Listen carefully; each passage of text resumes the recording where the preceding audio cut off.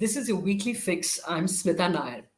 Images of men and women holding blank sheets of white paper, others showing students holding up the Friedman equation written on papers, speculated to be a play on the words Freeman, free man, are among the symbols of what has been described by China watchers as the biggest, most widespread show of dissent and civil disobedience in that country in decades.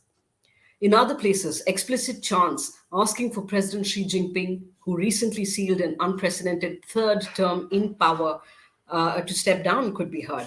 Needless to say, Chinese authorities have moved quickly to suppress these shows of dissent, barricading protest sites, deploying police forces in large numbers. Online censorship, too, has been tightened. The Washington Post reports, for instance, that researchers found that one of the tactics adopted by Chinese authorities to reduce the flow of news about the protests was spamming Twitter with links to escort services and other adult offerings alongside city names, so that anyone searching for these posts from these cities and using the Chinese names of these locations would see pages and pages of useless tweets instead of information about protests. Well, why are these protests happening? And why is the all powerful Xi Jinping being called out? Xi Jinping's zero COVID strategy, in place since the start of the pandemic, nearly 3 years now, has been characterized by brutal, inhumane lockdowns. The strategy, repeatedly called out for being unsustainable, has come at an exceedingly high cost, both human and economic. While the discontent has been simmering for months, things came to a head when a deadly fire broke out in an apartment building in Urumqi, the capital of the far western region of Xinjiang. At least 10 people were killed as residents, reportedly under a lockdown, couldn't leave the building even as firefighters struggled to reach them. We're joined today by Manoj Kewalramani, a researcher who chairs the Indo-Pacific Studies program at the think tank Takshashila Institution. Importantly, Mr. Kewalramani is also the author of the book Smokeless War, China's Quest for Geopolitical Dominance. The book documents China's handling of COVID-19, how it built and conveyed its political, diplomatic, and domestic narrative. Thank you so much for making the time for speaking to us here at Scroll. Thank you so much for having me. Right. Straight away, since the publication of your book, which documented at the time what seemed like a successful execution of Xi Jinping's counter COVID strategy, bringing the spread of the virus under control, kickstarting the economy, winning the sort of internal domestic propaganda war, we've seen things go south. Are you surprised by what we are witnessing, the nature and the scale of these protests? So I'm surprised by the nature and scale of the protests because one generally believes that the Chinese party state has had quite a bit of time and quite a bit of capability developed over the years to be able to monitor social media, to be able to make sure that online discontent does not spill out onto the streets. One of the biggest sort of concerns for the Chinese leadership in all their discourse around democracy and values and censorship is essentially about how do you keep protests local, how do you keep challenges to authority local, and how do you resolve issues at the local level so that they don't have cross-country appeal. So in that sense, the fact that this created the protesters across cities, across the length and breadth of the country had a common language of expression, those blank sheets of paper, common sort of sayings, some of them sort of, demonstrated as though they were locked up with tapes on their mouth, called for freedom. So that common language is to me a little bit surprising that caught fire so quickly, and they were able to come on the streets. So to that extent, I think it's surprising. But the fact that the zero COVID policy is unsustainable, I think that was very clear. After the first year of the pandemic, I mean, Xi Jinping declared premature victory on the virus in September 2020. That's before even the Delta variant arrived. Right. So it was quite clear that, from epidemiologists, that this virus would mutate. You would have mutations which would have higher transmissibility, and those would potentially become the more dominant strains.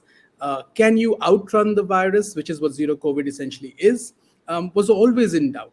So I'm not surprised that the policy is, got them in a position where they're tied up in knots. But I am surprised that the speed at which the people were able to organize, and the breadth of the protest, and particularly getting onto the streets in different cities.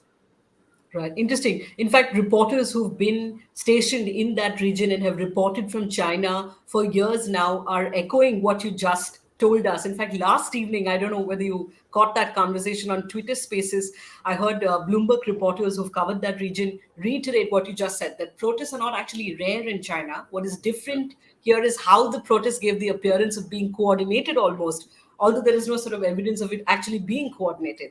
The other sort of stark difference, Mr. Kewalramani, with protests in the past, as you say, narrowly localized, is that these reporters say that disaffection very clearly was aimed at local authorities, with the Yeah. central party and central authorities never really coming in for any criticism. Allow me to read from what a China analyst with the Alliance for Securing Democracy at the German Marshall Fund was quoted as saying in the Washington Post. He said about past protests, mass anti government protests with a unified message breaking out in different cities, that's a no go zone. Exactly what you said. I want to ask you, is the tightly controlled media, is it that factor that has until now played a key role in keeping what have been protests in the past localized? Your book documents in great detail the formidable sort of propaganda machinery of the Chinese Communist Party. Could you talk our viewers through how this machinery was harnessed for internal consumption in the first year and a half of the pandemic, and how these protests perhaps were kept at bay until now? Yeah, I think there are a few factors that go into it. But before sort of I get to that, there's a framework that I think helps explain why these sort of leaderless protests sort of catch fire and why they spread. It's something that we call radically networked societies. These are societies which where people, across time and space sort of come together because they have a certain common identity, something commonly that binds them. In this case, it's their Chineseness, and along with that, it's the frustration with the zero COVID policy, which seems to affect everybody, regardless of your ethnicity in China also. At the same time, there's a certain common immediate proximate cause which brings people out. In this case, like you said at the beginning of this conversation, it was the fire in Urumqi. And then there is the network nature of it, which allows for very, very quick scalability. Now, for hierarchical state structures to respond to that, they generally tend to be very slow. We saw this in India a couple of years ago when you had the protests against the new law with regard to migrants and refugees, and people are protesting with reading out the constitution and the preamble of the constitution, and that sort of caught fire, right? So there was a common language which spread across. In China, the anticipation is that this is very difficult to do because, firstly, like you said, protests are not uncommon, and often they're encouraged against the local governments because from the central government, they're encouraged against local governments because that's the way in which the central government and the central leadership keeps a tab on what the local governments are doing. And you sort of try to diffuse crises at the sort of grassroots level before they become big, right? I think there's sort of this famous phrase from Mao, right? A tiny spark can light a prairie fire, which was reference to the communist revolution. I think they sort of take that quite seriously. So they make sure that the tiny sparks are put out before they become something big. That entails censorship, but that also entails addressing the problems that may exist at the local level. We saw this at the start of the pandemic when the authorities in Wuhan had failed. And it was not just the authorities in Wuhan that had failed, it was also the central leadership that had failed. Because the Chinese government in February 2020 told us that Xi Jinping himself was aware of the outbreak by January 7th at the earliest. So there was significant time that they had to act in which they didn't act. And the virus spread further in Wuhan. When the lockdown happened, the entire blame was shifted on local authorities. And if you read sort of Fang's diary also, who was the diarist who documented the lockdown in Wuhan, she also at one point of time talks about how the local authorities have failed. And now that the central leadership is here, things might get better. So that's also a common sense that has been perpetuated by the central leadership. And therefore, you'll see lots of local discontent, but appreciation of the central leadership. And that's quite a smart tactic that central governments across the party state have sort of maintained over the years. In terms of the propaganda apparatus, I mean, it was used very, very effectively. Throughout the last 3 years. At one level, there was deep sort of sense of nationalism. At another level, there was this propagation of this idea of China had been sacrificing for the greater good of the world. And this was something, and Wuhan itself had been sacrificing for the greater good of the world. Any critical reportage was put to the side, was censored, and all the reportage from the state media. At one point in time, some 300 journalists in February 2020 were sent out to Hubei to try and do positive stories. And these were stories about the heroic spirit of people of nurses working horribly long hours, of of the sweeper on the street taking care of everything, of people delivering food to each other. The sort of feel good stories that you see in media around the world. But that was the focus of the entire narrative. It was about central control, having confidence, looking at your heroes, and believing that you can get past this. In itself, that's not a bad thing, right? But it's also important to cover those places where the state has sort of failed, where missteps have taken place. And that's what doesn't happen. Along with that, there was a lot of disinformation, which was sort of talking about how the virus is something that's come from abroad. This disinformation was picked up by official agencies. The Chinese Foreign Ministry, Zhao Lijian, in March 2020, specifically blamed the United States. And there was a sort of rampant disinformation campaign about how this potentially was bio-warfare and things like that. Once, obviously, the pandemic spread globally and the United States was hit, that narrative was turned on its head to, oh, look, our model is so superior. We've been able to save so many lives. And look, there are 1 million deaths in the United States. So who is superior? Which system is superior? We put lives first, we put humans first, whereas the United States and the liberal democratic world puts capital first because they are capital oriented.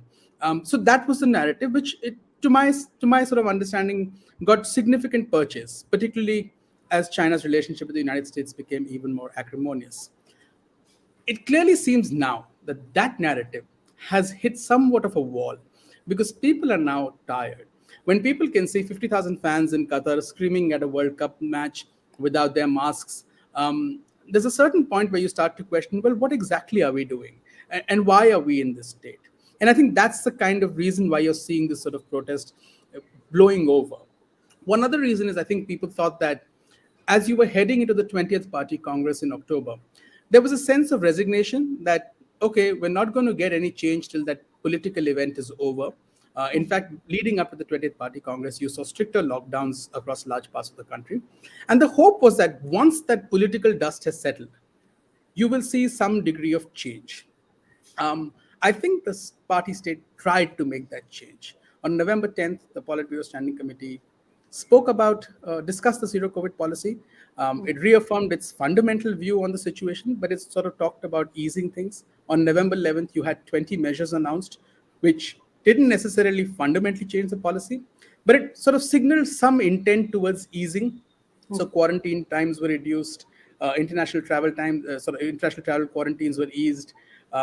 Designation of areas from low, medium to high risk were changed to just low and high risk to reduce burdens on people.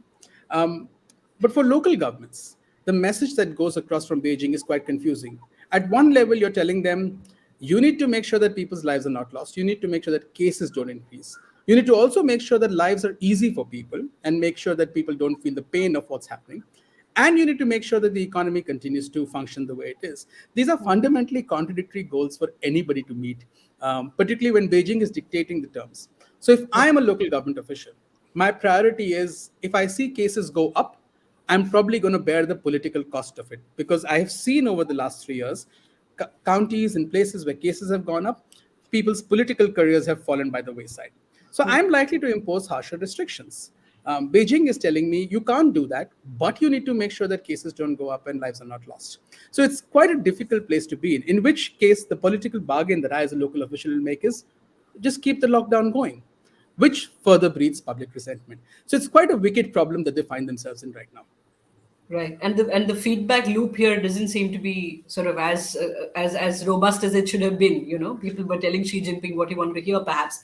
I want to look forward to what could possibly come in the weeks ahead, but very quickly, something else from your book, and I wanted to talk about this because we've seen a lot of this sort of strategy, propaganda strategy being adopted even in countries like India, when faced with that global criticism that you refer to about the origins of the virus and the sort of deadly delay in informing the WHO of this spread. Your book talks about how the Chinese Communist Party, whipped up and this sort of sense of nationalism, that us against the West, sort of this sort of Chinese nationalism playbook. Yeah. How has it worked, particularly during the pandemic? The fact that anybody who is critical of Xi Jinping or the policies adopted by the Chinese Communist Party are effectively playing into the hands of those that are. traitors. Yeah, I mean, that's a sort of a fairly standard authoritarian playbook where things go wrong and you blame foreign forces. We've seen that in different parts of the world, and it's no different in China. I think what's really unique about what the Chinese have done and what the Communist Party has done is in one of the beginning of one of the chapters of my book, I talk about when Wuhan was opening. A few days before that, they hold this national memorial in which everything goes gray. The cars are standing, the trains have stopped, everything is stopped, and horns are blaring in sort of mourning of the people who've lost their lives. um, it's held on a particular day, which is Qingming Festival, which is the tomb sweeping day, where you go and sort of honor your ancestors who've passed away. Um, it's quite a strong political symbol, which is sent of a traditional society and a country which is in mourning. I make that point basically to say that people often tend to say that in communist China there is no politics. This is political theater as you would see anywhere else in the world. And building on this, what you saw was this big argument that Xi Jinping, particularly, and the propaganda apparatus made, that because China has not had the kind of cases that the rest of the world has had, and because it's not had the kind of deaths that it has had, shows the superiority of the system. The zero COVID policy, even today, is described as a product of the nature and the purpose of the party, which essentially is sort of party trying to derive public political, sort of popular legitimacy, saying that we are fundamentally here to serve people as opposed to a cabal of, elites who are cornering public wealth and cornering power. And that's how they sort of argue the rest of the world is. So that's one big part of it, where you've created this systems rivalry, which, again, because of the acrimonious nature of the relationship with the United States, particularly in 2020 under Donald Trump, it fed this narrative, and it supported what the Communist Party was saying, because people did tend to see, a fractious relationship, and they did tend to see the United States being, under Trump particularly, being abrasive towards them. And that, in some ways, if you were a Chinese citizen sitting back home, in February 2020, March 2020, not knowing what's happening with the virus, and suddenly, this was so new, and suddenly sort of seeing criticism coming from the rest of the world saying, well, you've exported this to the world and you've probably done this, while you yourself are sort of worried about your sense of being in life and friends and family. It can sort of force you in a corner where you start to sort of echo the nationalistic line. I think that even today, despite these protests, we shouldn't undermine the sense of nationalism. I think there are some scholars who've and rightly pointed out the Chinese youth tend to be liberal nationalists. They do want a certain degree of freedom within that system, and they're not necessarily appreciative of the clampdowns that take place. And we see that in how creatively they push back against censorship online, whether through the use of emojis or new languages, or now the A4 paper. At one point in time during the pandemic, you had hieroglyphics being used to sort of mask your criticism of the government. So you do see that degree of liberalism where they want to sort of push back and demand greater freedoms, but there's also greater nationalism, where they do recognize the fact that China today is in a peculiar situation where there is a certain degree of pushback from the West, particularly the United States, and the party state apparatus, the media apparatus, has sort of deepen this idea in society that there is external suppression and containment that is taking place, which is fundamentally not about changing the system of the Communist Party, but it is about denying China its rightful place in the world. And I think that message echoes quite strongly among people. So I wouldn't dismiss that nationalistic strand that exists. And the party state sort of uses international situations, the domestic crises, to sort of buttress that idea. Right. And two final questions. One, it's been widely reported that Xi Jinping loyalists now populate all decision making bodies in the country, that rivals, if any, politically were sort of swiftly and effectively dealt with. My question is, will these protests in any consequential way sort of impact Xi Jinping's authority? Do you see any challenge to his authority from within the CCP perhaps emerge? How do you see that sort of play out?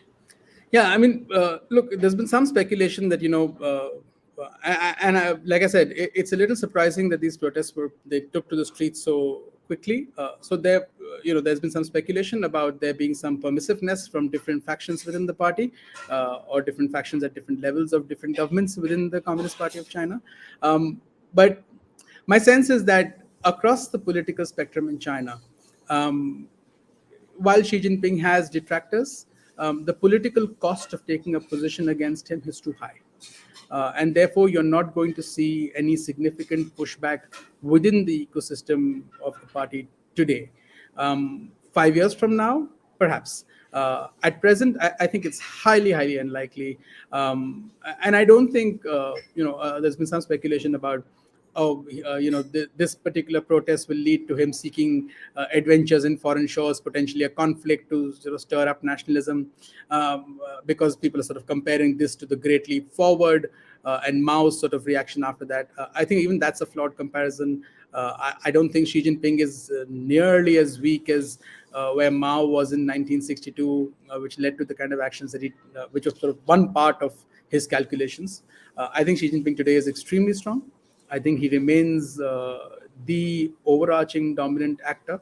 I think what he's managed to do is that he's managed to make his authority synonymous with the party's rule. So challenging him and his authority at this point of time would tantamount to challenging the party's rule itself, and the legitimacy of that. So it's really, really difficult to see any significant pushback. I mean, throughout this year, if there was any significant detractor. And we'd heard a lot of reports throughout this year about a Communist Youth League faction, Li Keqiang, sort of pushing back against things, that fantasy coup apparently in September. All of those stories that came out. At the end of the day, what you saw was a complete clean sweep by Xi Jinping, and that's fundamentally because he controls the key institutions of power. He has made ideologically the party's rule synonymous to his rule. So he's here for a long time. He's not going anywhere anytime soon. So, in conclusion, it is your opinion that the spark of these protests are unlikely to be the spark that lights the prairie fire? I mean, I wouldn't sort of go as far as to say that, because never say never. But I would be extremely skeptical at present that this would sort of lead to systemic change. I think that would also be misunderstanding the protests. I think the protests are about a particular policy. Yes, that policy is associated with Xi Jinping. But if you read what the Communist Party has been saying about zero COVID policy, they give you mixed messages. Like I told you, three contradictory objectives. As you switch in one direction, you can almost as easily justify opening up by saying, look, we understand some of these outcomes are going to take place, healthcare costs are going to go up, and we're prepared for it, or we're preparing for it. And when you reach that end, despite the number of lives that may be lost, it will be sold as the sagacity of the leader that allowed you to get to this place. So, I think that we underplay the resistance and the adaptability of the party. I think it is extremely resilient. It adapts quite well to some of these challenges. Yet, authoritarian states tend to be as brittle as strong as they are. They can collapse when things sort of change. At present, I don't think the conditions are there for that to happen.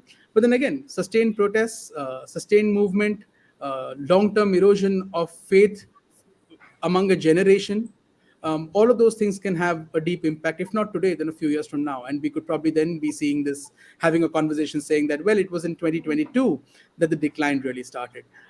But immediately, I don't think you'll see something significant change. All right. Thank you so much, Manoj Kewalramani, for your insight into what is happening in China. And you say early days, perhaps, for us to definitively say whether these protests will be consequential, in a sense, to perhaps bring about political change in China. For the moment, though, thank you so much. Thank you.